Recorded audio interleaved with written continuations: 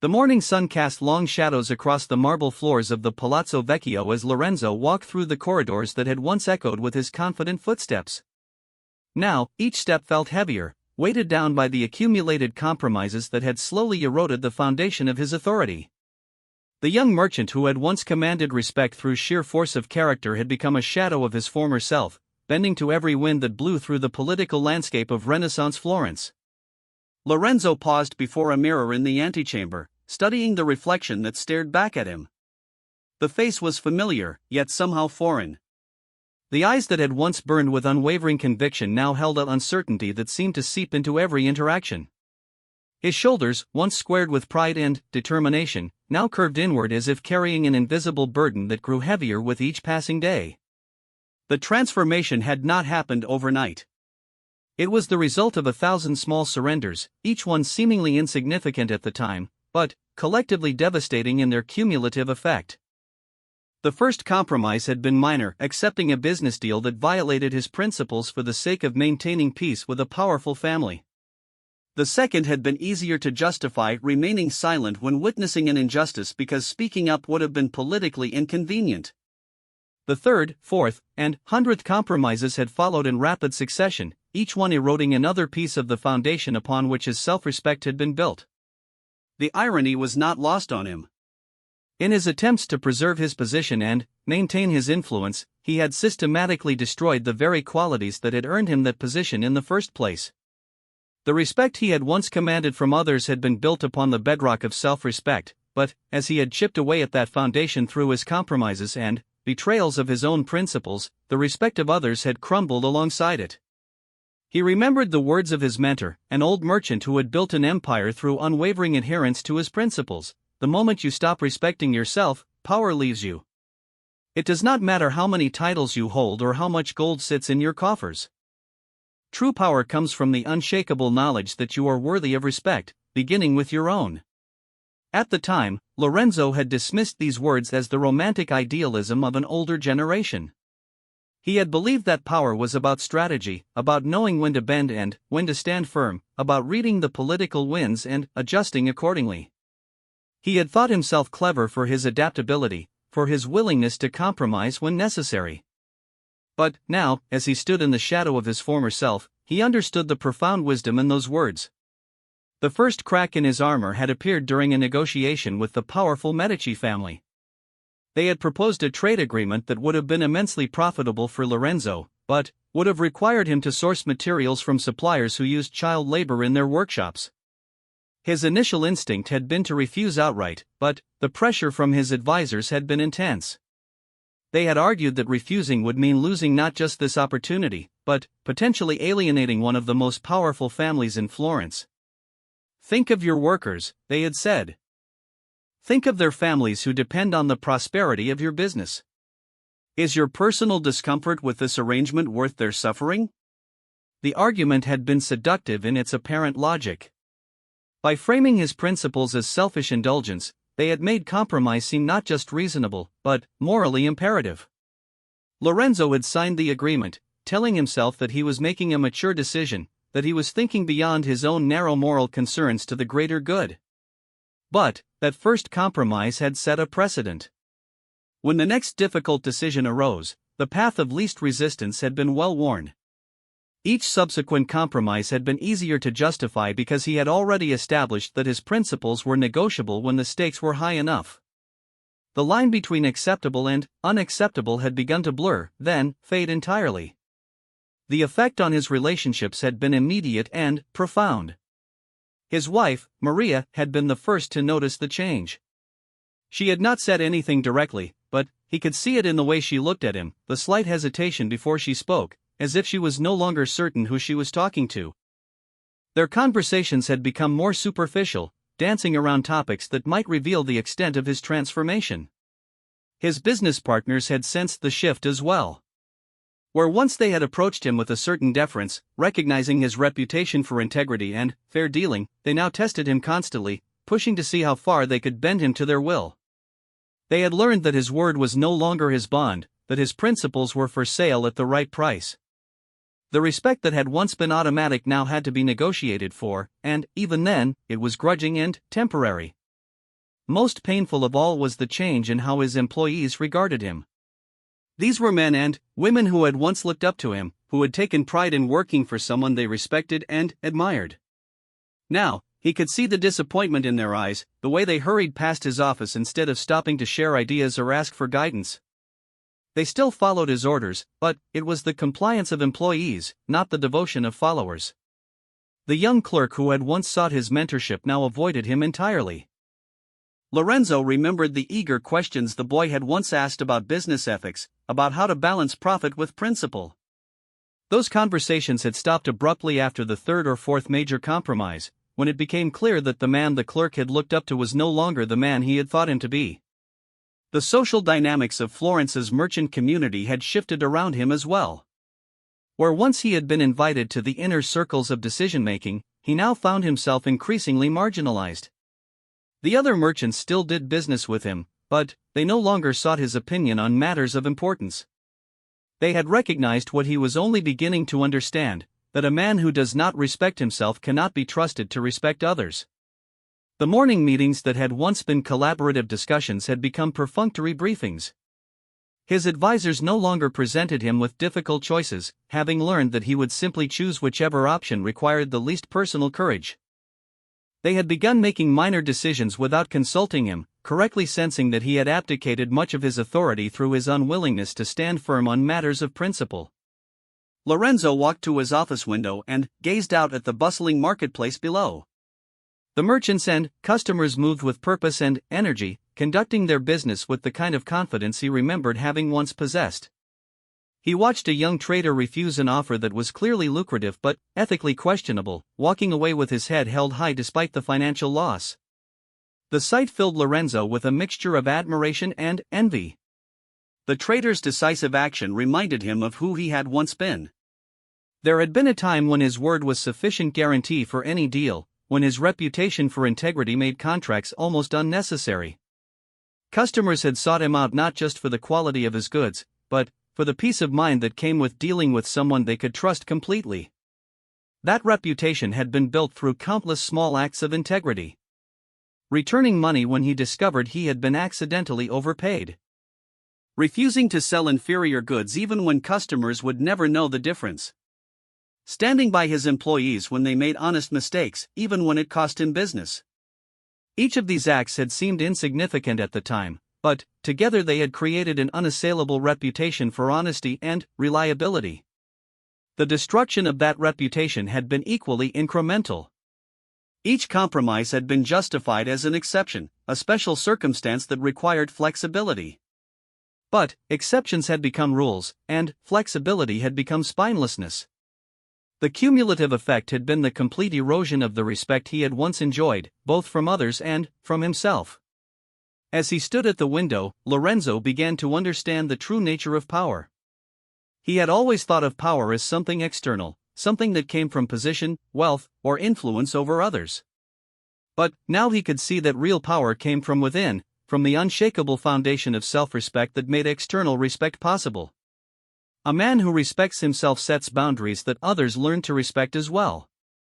He speaks with authority because he believes in what he is saying.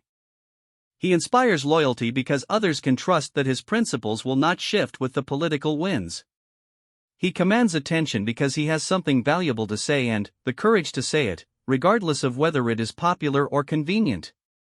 Conversely, a man who does not respect himself broadcasts that fact to the world in countless subtle ways.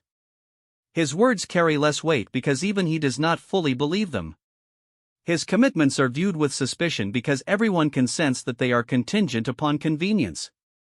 His leadership is hollow because it is based on position rather than character. Lorenzo had learned this lesson in the most painful way possible. By allowing his self-respect to erode through compromise and moral cowardice, he had inadvertently signaled to the world that he was not worthy of respect. And the world had responded accordingly, withdrawing the power and influence he had once taken for granted. The realization was both devastating and liberating. Devastating because it meant acknowledging the full extent of what he had lost through his choices. But liberating because it meant that his situation was not permanent, not beyond his control. If he had destroyed his own power through his actions, then he could rebuild it through different actions. The path back would not be easy. Trust, once broken, is difficult to rebuild. Respect, once lost, must be earned anew through consistent action over time. But the possibility remained, if he was willing to do the hard work of becoming worthy of respect once again, starting with his own. As the shadows lengthened across his office floor, Lorenzo made a decision that would change everything. He would not simply try to manage the consequences of his compromises. He would not attempt to rebuild his reputation through clever public relations or strategic positioning. Instead, he would do the much harder work of rebuilding his character, of becoming the kind of man who deserved the respect he sought to regain. The journey would begin with a single step, the courage to say no to the next compromise, regardless of the cost. It would continue with the discipline to hold himself to standards higher than those expected by others. It would require the strength to admit his mistakes and make amends where possible. Most importantly, it would demand the wisdom to understand that true power comes not from external validation, but from the unshakable foundation of genuine self-respect. The merchant who had once commanded the respect of all Florence through his integrity could do so again. But first, he would have to destroy the weak, compromised version of himself that had taken his place, and rebuild from the ground up. The man who destroys his weak self can never be destroyed by others, because he has already done the hardest work of all. He has faced the truth about himself and chosen to become something better. The sun was setting over Florence as Lorenzo sat down at his desk and began to write. The first letter would be to the Medici family, informing them that he was terminating their agreement and would no longer source materials from suppliers who used child labor. The second would be to his employees, acknowledging his failures as a leader and outlining his commitment to rebuilding their trust. The third would be to his wife, asking for her patience and support as he undertook the difficult work of becoming worthy of her respect once again. Each letter was an act of courage, a step toward reclaiming the self-respect that had been the source of his power all along. With each word he wrote, Lorenzo felt something stirring within him that he had almost forgotten, the quiet confidence that comes from knowing that your actions align with your principles, that your word means something, that you are worthy of respect beginning with your own. The road ahead would be long and difficult, but, for the first time in years, Lorenzo was walking it with his head held high. The moment he had decided to respect himself again, he had taken the first step toward reclaiming his power. And, this time, that power would be built on a foundation that could not be shaken by external pressures or convenient compromises. The weak man who had allowed fear and greed to dictate his choices was dying, and, in his place, the strong man who had once commanded respect through integrity was being reborn.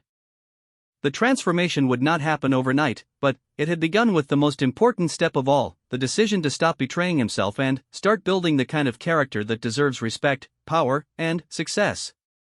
As night fell over the Palazzo Vecchio, Lorenzo continued writing by candlelight, each word a small victory in the battle to reclaim his soul. The man who destroys his weak self can never be destroyed by others, because he has already survived the hardest battle of all, the battle against his own limitations, fears, and compromises. And, from that victory, all other victories become possible. The winter months that followed Lorenzo's decision were the most challenging of his life, yet also the most transformative. The immediate consequences of his choice to terminate the Medici agreement and realign his business practices with his principles had been swift and severe. Within days, 3 major contracts had been cancelled, 2 key suppliers had withdrawn their services, and whispers of financial instability had begun circulating through the merchant networks of Florence. But something unexpected had also begun to happen. The young clerk who had once avoided his presence had started lingering near his office again, drawn by something he could sense but not yet articulate. Maria had begun looking at him with curiosity rather than disappointment, as if she was watching a stranger slowly transform into someone she remembered loving. Most significantly, Lorenzo himself had begun sleeping through the night for the first time in months, his conscience no longer keeping him awake with the weight of accumulated compromises. The first test of his renewed commitment to self-respect came sooner than expected. A representative from the powerful Pazzi family arrived at his offices with a proposition that was both lucrative and morally ambiguous. They needed someone to facilitate the transport of goods through certain territories where questions about origin and legality were best left unasked. The fee they offered was enough to offset all the losses from his recent ethical stands and provide a comfortable margin besides. The old Lorenzo would have found a way to rationalize acceptance. He would have focused on the technical legality of the arrangement, or the jobs it would save, or the greater good that could be accomplished with the profits. He would have convinced himself that refusing would be naive idealism that served no one's interests. But, as the Pazzi representative outlined the details of the arrangement, Lorenzo felt something within him recoil. It was not just moral disgust at the proposition, but something deeper and more fundamental. He realized that accepting this deal would be an act of violence against the person he was trying to become. It would be a betrayal not just of his principles, but of the hard-won self-respect he had begun to rebuild. "I appreciate your confidence in my services," Lorenzo said, his voice steady despite the financial implications of his next words, "but I must decline. The arrangement you describe is not consistent with how I choose to conduct my business." The representative's surprise was evident. In the pragmatic world of Florentine commerce, such a direct refusal was almost unheard of. There was no attempt to negotiate terms, no request for modifications to make the deal more palatable, no suggestion that the matter might be reconsidered at a future date. Just a clear, unambiguous rejection based on principle. "Perhaps you misunderstand the scope of the opportunity," the man pressed. "The compensation we are offering would be substantial, and the work itself involves no direct wrongdoing on your part. You would simply be facilitating transportation, nothing more." Lorenzo felt the familiar tug of rationalization, the seductive whisper that suggested there might be a way to accept that would not compromise his integrity. But he had learned to recognize this voice for what it was, the desperate pleading of his weak self, trying to survive by any means necessary. "I understand the opportunity perfectly," he replied. "And I understand that declining it may have significant consequences for my business. But I have learned that there are consequences to every choice, and I prefer to face the consequences of maintaining my integrity rather than the consequences of betraying it." The representative left without further argument, but not before Lorenzo caught a glimpse of something unexpected in his expression. It was not anger or frustration, but a kind of grudging respect. The man had clearly expected the usual dance of negotiation and rationalization that characterized most business dealings. Instead, he had encountered something increasingly rare in their world, a person who meant what he said and said what he meant. Word of Lorenzo's refusal spread quickly through the merchant community. Some dismissed it as foolish pride that would soon be corrected by financial necessity. Others saw it as an encouraging sign that perhaps integrity was not entirely extinct in their profession. But everyone took notice, because in a world where most people's positions were fluid and contingent, encountering someone with fixed principles was remarkable regardless of whether one approved of those principles. The weeks that followed brought additional tests. A long-term client attempted to pressure him into falsifying shipping manifests to avoid certain taxes.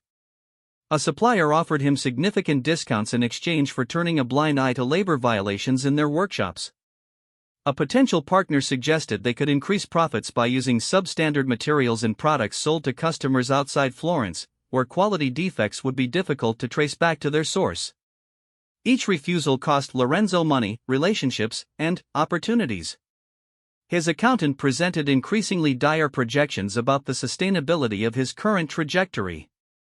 His remaining advisors urged him to reconsider his uncompromising stance, arguing that some flexibility would be necessary to prevent complete financial collapse. But, with each refusal, Lorenzo felt something growing stronger within him. It was not just the satisfaction of maintaining his principles, though that was certainly part of it. It was the deeper confidence that comes from knowing that your actions align with your deepest values, that you are becoming the kind of person you can respect and admire. This inner transformation began to manifest in external ways that surprised even Lorenzo.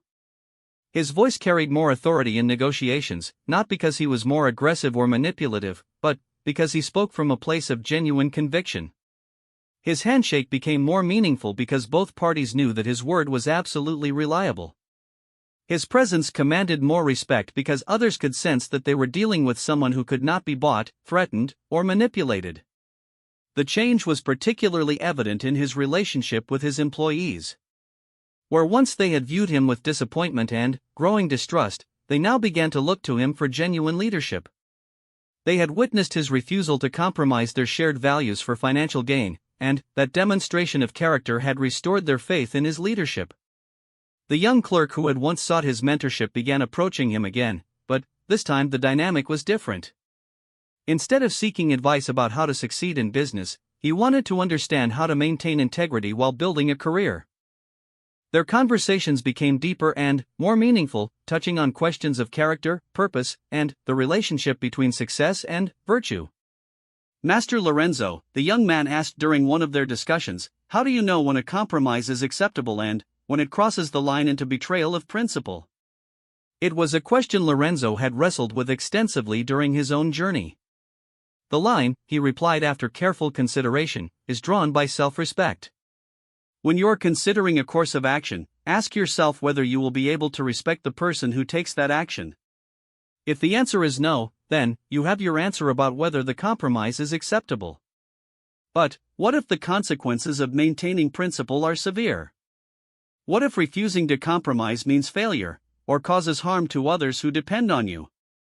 Lorenzo recognized the sophistication of the question and the genuine struggle behind it. "I have learned that there are always consequences to our choices, whether we compromise our principles or maintain them. The question is not whether there will be consequences, but which consequences we can live with. I discovered that I could not live with the consequences of betraying myself, even when maintaining my principles came at a significant cost." "And the harm to others? If your business fails because of your principles, what about your employees and their families?" "That is perhaps the most difficult question of all," Lorenzo acknowledged. "But I have come to believe that the greatest service I can provide to those who depend on me is to be a leader worthy of their respect and trust. A man who betrays his own principles will eventually betray those who follow him. By maintaining my integrity, even at a cost, I preserve the possibility of building something truly valuable and lasting." The clerk nodded thoughtfully, but Lorenzo could see that he was still struggling with the practical implications. "It seems like such a risk, to stake everything on principles that others may not share or value." "It is a risk," Lorenzo agreed. "But consider the alternative. If you build your success on a foundation of compromised principles, what happens when the foundation crumbles?" "I learned this lesson painfully. The power that comes from external sources is always vulnerable to external forces. But the power that comes from self-respect, from knowing that you are worthy of trust and admiration, cannot be taken away by others." These conversations with the clerk forced Lorenzo to articulate principles he was still discovering within himself. Each question challenged him to examine his own motivations and commitments more deeply, strengthening his resolve and clarifying his understanding of what it meant to live with integrity. The transformation in Lorenzo's family relationships was equally profound. Maria had begun engaging with him more openly, sharing her thoughts and concerns in ways that had been absent for years. Their evening conversations, once stilted and superficial, became opportunities for genuine connection and mutual respect.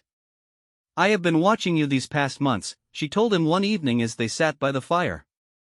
"And I am beginning to see the man I fell in love with, the man I thought I had lost forever." "You never lost him," Lorenzo replied. "But I did, for a while. I forgot who I was supposed to be, what I was supposed to stand for. I let fear and ambition convince me that my principles were luxuries I could not afford. And now I understand that my principles are not luxuries, but necessities. They are what make me worthy of your love, of my employees' loyalty, of my own respect. Without them, everything else is meaningless." Maria reached across the space between them and took his hand.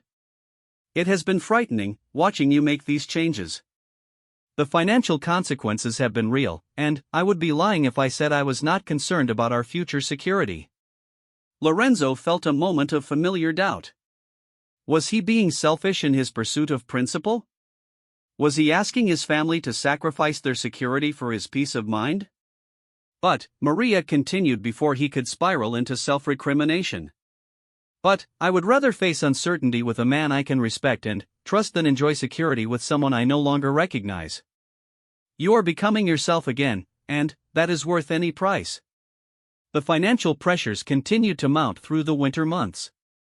Several times, Lorenzo found himself staring at the numbers his accountant had prepared, wondering if he was being foolishly stubborn rather than principled. The difference between the two was sometimes difficult to discern, and the consequences of miscalculation would be borne not just by him, but by all those who depended on him. But, each time doubt crept in, Lorenzo reminded himself of the alternative. He had tried the path of compromise, had experienced firsthand what it meant to sacrifice principle for pragmatism. The short-term gains had been real, but they had come at the cost of everything that made success meaningful. He had learned that a victory achieved through the betrayal of one's values is not a victory at all, but a particularly sophisticated form of defeat. The winter solstice brought an unexpected visitor to Lorenzo's offices. It was Antonio Ricci, one of the most respected merchants in Florence, a man whose reputation for integrity was legendary throughout the Italian city-states. Lorenzo had admired Ricci from a distance for years but had never had occasion for direct business dealings. "I have been hearing interesting reports about your recent business decisions," Ricci said without preamble. "Refusing the Pazzi contract, terminating arrangements that compromised your values, choosing principle over profit in ways that have surprised many of our colleagues." Lorenzo felt a moment of uncertainty. Was this a criticism or a compliment? Ricci's expression gave nothing away. "I wanted to discuss a proposition with you," Ricci continued. "I am expanding my operations into new territories, and I need partners who can be trusted completely. Not just trusted to fulfill contracts or deliver quality goods, but trusted to maintain the standards that have taken me decades to build." The opportunity Ricci outlined was substantial, involving trade routes that spanned from Florence to Constantinople, dealing in luxury goods that required both expertise and absolute reliability. More importantly, it was a chance to align with someone whose values matched his own, to build something meaningful rather than merely profitable. "Why me?" Lorenzo asked. "There are many merchants with more resources, more established networks, more experience with international trade." Ricci smiled for the first time since entering the office. "Because resources can be acquired, networks can be built, and experience can be gained. But integrity, once lost, is almost impossible to recover. And integrity, once proven, is the most valuable asset a partner can possess."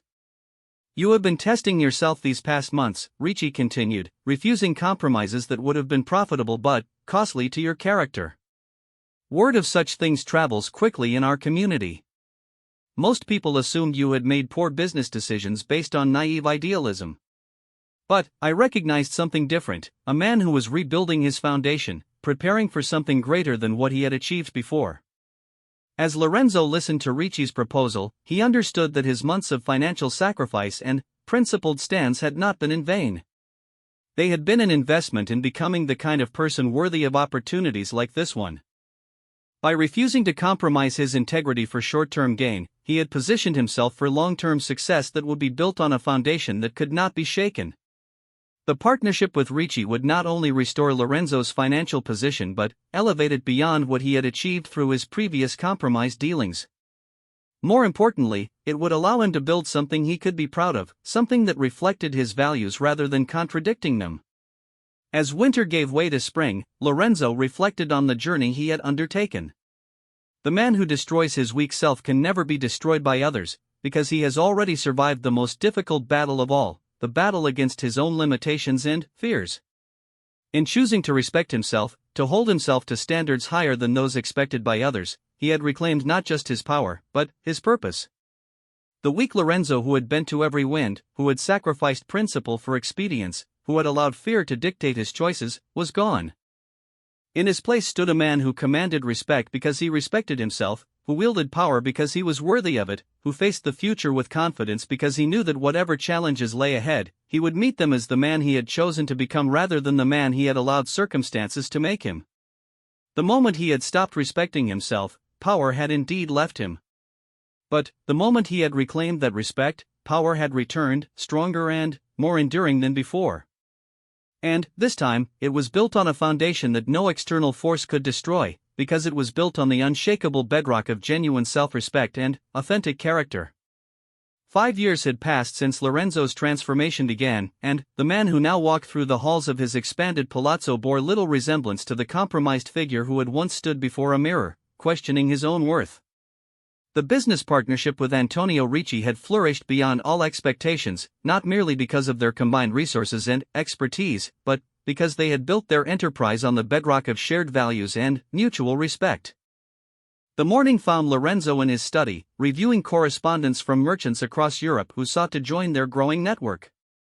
Each letter represented not just a business opportunity, but a test of character.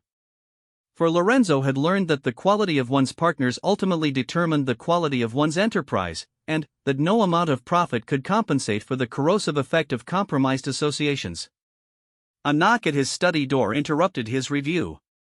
His secretary entered with an expression that Lorenzo had learned to recognize as significant news requiring careful consideration. "Master Lorenzo, there is a delegation here from the Venetian Trading Consortium. They have traveled from Venice specifically to meet with you, and they claim to bring an offer of unprecedented magnitude." Lorenzo set down his correspondence and considered this development. Venice was the crown jewel of Mediterranean commerce, and any serious proposition from their merchant princes would represent opportunities beyond anything he had previously encountered. But he had also learned to approach such opportunities with careful scrutiny, understanding that the most attractive propositions often carried the highest hidden costs. "Show them to the main conference chamber," he instructed. "And please ask Master Ricci to join us if his schedule permits. I value his counsel on matters of such potential significance." As he prepared to meet the Venetian delegation, Lorenzo reflected on how profoundly his approach to business had evolved. Where once he had been eager to say yes to any lucrative opportunity, often before fully understanding its implications, he now approached each proposition with careful deliberation. He had learned that the power to say no was often more valuable than the power to say yes, because it preserved the integrity that made his eventual yes meaningful. The Venetian delegation proved to be as impressive as their reputation suggested.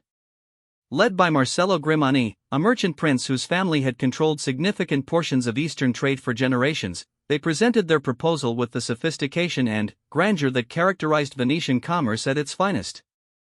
"Master Lorenzo," Grimani began, his voice carrying the authority of generations of successful negotiation, "your reputation for integrity and reliability has reached even our distant city. We have heard of your partnership with Master Ricci, of the standards you maintain, of the respect you command among merchants throughout the Italian states."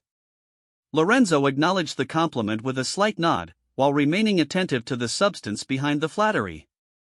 He had learned to be wary of excessive praise at the beginning of negotiations, as it often preceded requests that required significant persuasion. "We come to you with an opportunity that would establish you among the premier trading houses of Europe," Grimani continued. "The Ottoman Empire is opening new territories to Western trade, routes that could prove extraordinarily profitable for those positioned to take advantage of them. We seek partners who can represent our interests with the reliability and honor that such delicate negotiations require." The scope of what Grimani outlined was breathtaking. Trade routes that would connect Florence to Constantinople, Alexandria, and beyond. Access to spices, silks, and precious goods that commanded premium prices throughout Europe. Profits that could establish Lorenzo and Ricci among the wealthiest merchants of their age. But, as the details emerged, so did the complications. The territories in question were contested, their legal status ambiguous. The local authorities who would facilitate the trade were known to be corrupt, requiring payments that were substantial and ongoing. Most troubling, the goods themselves would often be of uncertain provenance, acquired through methods that might not bear close scrutiny. "The legal complexities you mention," Lorenzo interjected during a pause in Grimani's presentation, "could you elaborate on how they would be addressed? I have found that unclear legal foundations often lead to significant problems down the road." Grimani's smile became slightly strained. "The legal framework in these regions is flexible. Success depends more on relationships and understanding than on rigid adherence to formal procedures. We have found that merchants who are overly concerned with technical legalities often miss the most profitable opportunities." Lorenzo felt a familiar stirring of unease. The language was diplomatic, but the meaning was clear. Success in these ventures would require the kind of moral flexibility that he had once embraced and, now rejected.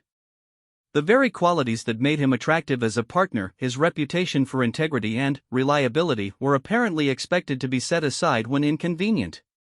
Ricci, who had been listening intently throughout the presentation, asked the question that Lorenzo had been formulating. Master Grimani, when you speak of relationships and understanding, are you referring to arrangements that might compromise our standing with legitimate authorities? Are you asking us to participate in activities that we could not publicly acknowledge? The Venetian's discomfort became more evident. Master Ricci, surely you understand that all significant commerce involves certain discretions. The profits we are discussing would more than compensate for any minor irregularities in procedure. Minor irregularities, Lorenzo repeated, tasting the phrase and finding it bitter. He had once used similar language to justify his own compromises, and he recognized the seductive euphemism for what it was. Could you be more specific about what these irregularities might involve? What emerged from Grimani's reluctant elaboration was a business model built on systematic corruption. Bribes to local officials, falsified documentation to avoid regulations, exploitation of legal loopholes that were transparently unethical if not technically illegal. The profits would be enormous, but they would come at the cost of everything Lorenzo had fought to rebuild. I appreciate the confidence you have shown in approaching us with this opportunity, Lorenzo said after the full scope of the arrangement had been revealed. But, I must inform you that the business model you describe is not consistent with how we choose to operate. Grimani's surprise was evident. Master Lorenzo, perhaps you have not fully grasped the magnitude of what we are offering. The profits from these routes could exceed your current annual revenues within the first year alone. I understand the financial implications perfectly, Lorenzo replied. But, I have learned that there are costs beyond financial ones, and that some profits are too expensive regardless of their size. You would refuse an opportunity of this magnitude based on concerns about minor procedural irregularities? Grimani's voice carried a note of incredulity that suggested he had never encountered such a response to such an offer. I would refuse an opportunity of any magnitude that requires me to become someone I cannot respect, Lorenzo answered. The profits you describe would indeed be substantial, but they would come at the cost of the integrity that makes our other successes meaningful. The Venetian delegation departed with expressions of polite bewilderment, clearly unable to comprehend how rational merchants could refuse such a lucrative proposition based on what they saw as abstract moral concerns. But, as Lorenzo and Ricci watched their carriage disappear down the cobblestone street, neither felt any regret about their decision. It was tempting, Ricci observed. The scale of those opportunities was unlike anything we have encountered before. Tempting indeed, Lorenzo agreed. But, I have learned to be most wary of opportunities that seem too good to be true, especially when they require us to compromise the principles that have brought us this far. The months that followed brought vindication for their caution. Reports reached Florence of Venetian merchants who had accepted similar arrangements finding themselves embroiled in legal difficulties as the political situation in the Ottoman territory shifted. What had been presented as minor irregularities had proven to be major vulnerabilities when circumstances changed. Several trading houses had lost not just their investments in the questionable ventures, but their overall reputations as the details of their business practices became public. The man who builds his success on compromised foundations, Lorenzo observed to his clerk during one of their regular discussions, discovers that his apparent strength is actually weakness when those foundations are tested. The young man, now grown into a competent merchant in his own right, nodded thoughtfully. But, Master Lorenzo, how do you distinguish between reasonable business pragmatism and dangerous compromise? Surely all business involves some degree of moral complexity. It was a sophisticated question that Lorenzo had wrestled with extensively. I have found, he replied, that the key is to ask not whether a decision involves complexity, but whether it requires you to become someone you cannot respect. Complexity is inevitable in any meaningful endeavor. But, there is a difference between navigating complexity while maintaining your core principles and abandoning those principles when they become inconvenient. Can you give me an example of the distinction? Lorenzo considered for a moment before responding. When we negotiate with suppliers, we often encounter situations where their initial offers are higher than what we believe is fair, but lower than what we could afford to pay. We might negotiate firmly for better terms, knowing that this creates financial pressure for them. This involves moral complexity. We are pursuing our interests in ways that may cause difficulty for others. But we are not asking them to violate their own principles, nor are we violating ours. We are operating within a framework of mutual honesty and respect. And an example of dangerous compromise? The Venetian proposition exemplifies dangerous compromise. It required us to participate in corruption, to misrepresent the nature of our activities, to build our success on the exploitation of legal ambiguities. It asked us to become people we could not respect in order to achieve profits we could not be proud of. The clerk absorbed this distinction carefully before asking, but what if refusing such compromises means losing to competitors who are less scrupulous? What if maintaining principle means being unable to compete effectively? That, Lorenzo acknowledged, is perhaps the most challenging aspect of principled business conduct. There are indeed competitors who gain short-term advantages through compromised methods. But I have observed that such advantages are ultimately unsustainable. Why unsustainable? Because a reputation for integrity is like a complex structure that takes years to build but can be destroyed in moments. Those who compromise their principles for short-term gain often find that they have traded away their most valuable asset. When circumstances change, when markets shift, when partnerships dissolve, those who have maintained their integrity find they have options and allies that those who have compromised do not. This conversation took place in Lorenzo's expanded offices, which now occupied an entire building in the commercial district of Florence.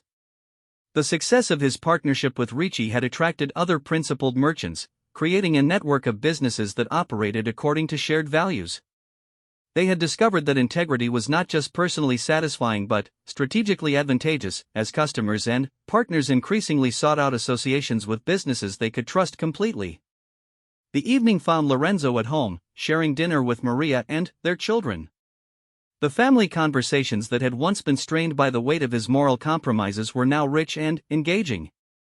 His children sought his advice not just on practical matters, but on questions of character and principle. They had grown up watching him transform himself from someone who bent to every wind into someone who stood firm in his convictions, and that transformation had given them a model for their own development. "Papa," his eldest son asked during one such dinner, "Alessandro's father says that your refusal to work with the Venetians was foolish, that you turned down more money than most people see in a lifetime. Why would you do such a thing?" Lorenzo set down his wine and considered how to explain a decision that might seem incomprehensible to a young person focused on material success. "Tell me, Marco, if someone offered you a large sum of money to do something that made you ashamed of yourself, would you consider it a good bargain?" The boy thought for a moment. "I suppose not. But what if it was something that didn't really hurt anyone else, just something I didn't like doing?" An excellent question. But consider this: every choice you make either strengthens or weakens the person you are becoming. When you choose to do things that make you ashamed, you become someone who is easier to shame in the future. When you choose to do things you can be proud of, you become someone who is worthy of respect.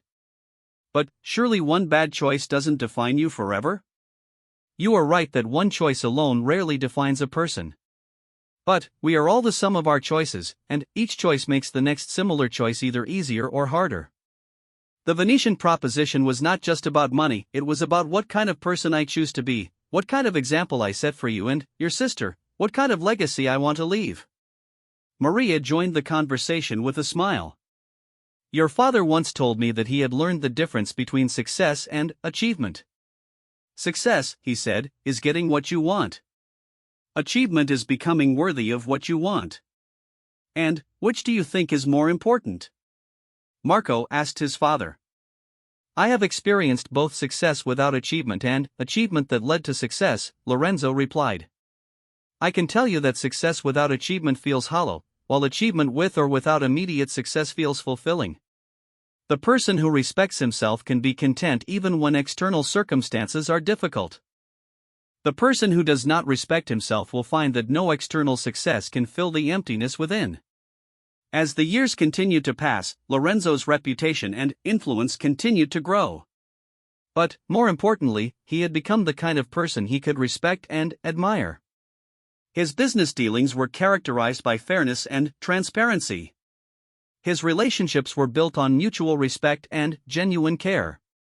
His family life was rich with love and meaningful connection. His community contributions reflected his values and made a positive difference in the lives of others. The transformation was complete, but the vigilance required to maintain it never ended. Each day brought new opportunities to choose between expedience and principle, between short-term advantage and long-term integrity. But each principled choice had made the next one easier, just as each compromise had once made subsequent compromises more tempting. The young clerk who had once sought Lorenzo's mentorship had now become a successful merchant in his own right, building his own enterprise according to the principles he had learned. Other young people had taken his place, seeking guidance from someone they recognized as worthy of emulation. The cycle continued, as integrity inspired integrity and principled action encouraged others toward their own transformations. On a spring morning that marked the 5th anniversary of his decision to reclaim his self-respect, Lorenzo stood once again before a mirror in his study. But, this time, the reflection showed him someone he recognized and admired. The eyes that looked back at him were clear and confident, belonging to someone who had nothing to hide and nothing to be ashamed of. The shoulders were squared with the quiet pride of someone who had faced his own weaknesses and emerged stronger. The man who destroys his weak self can never be destroyed by others, because he has already survived the hardest battle of all. Lorenzo had fought that battle and won, not through a single dramatic confrontation, but through countless small victories over temptation, fear, and expedience. Each day he chose principle over profit, integrity over advantage, long-term character over short-term gain. He had strengthened the foundation upon which all his other successes rested. The moment he had stopped respecting himself, power had indeed left him. But, the moment he had reclaimed that respect, power had returned, stronger and more enduring than before. And, this time, it was built on a foundation that no external force could destroy, because it was built on the unshakable bedrock of genuine self-respect and authentic character. As he prepared for another day of business conducted according to his principles, Lorenzo understood that he had discovered the secret that had eluded him for so many years. True power comes not from what others think of you, but from what you think of yourself. And the person who respects himself, who lives according to his deepest values, who refuses to betray his own conscience for any external reward, possesses a power that cannot be taken away, diminished, or destroyed by any external force. The weak Lorenzo who had bent to every wind, who had sacrificed principle for expedience, who had allowed fear to dictate his choices, was gone forever. In his place stood a man who commanded respect because he respected himself, who wielded power because he was worthy of it, who faced the future with confidence because he knew that whatever challenges lay ahead, he would meet them as the man he had chosen to become rather than the man he had once allowed circumstances to make him. The transformation was complete, and the man who had emerged from it was truly indestructible, not because he was protected from external challenges, but because he had built his identity on something that no external force could touch, his own uncompromising commitment to being worthy of his own respect.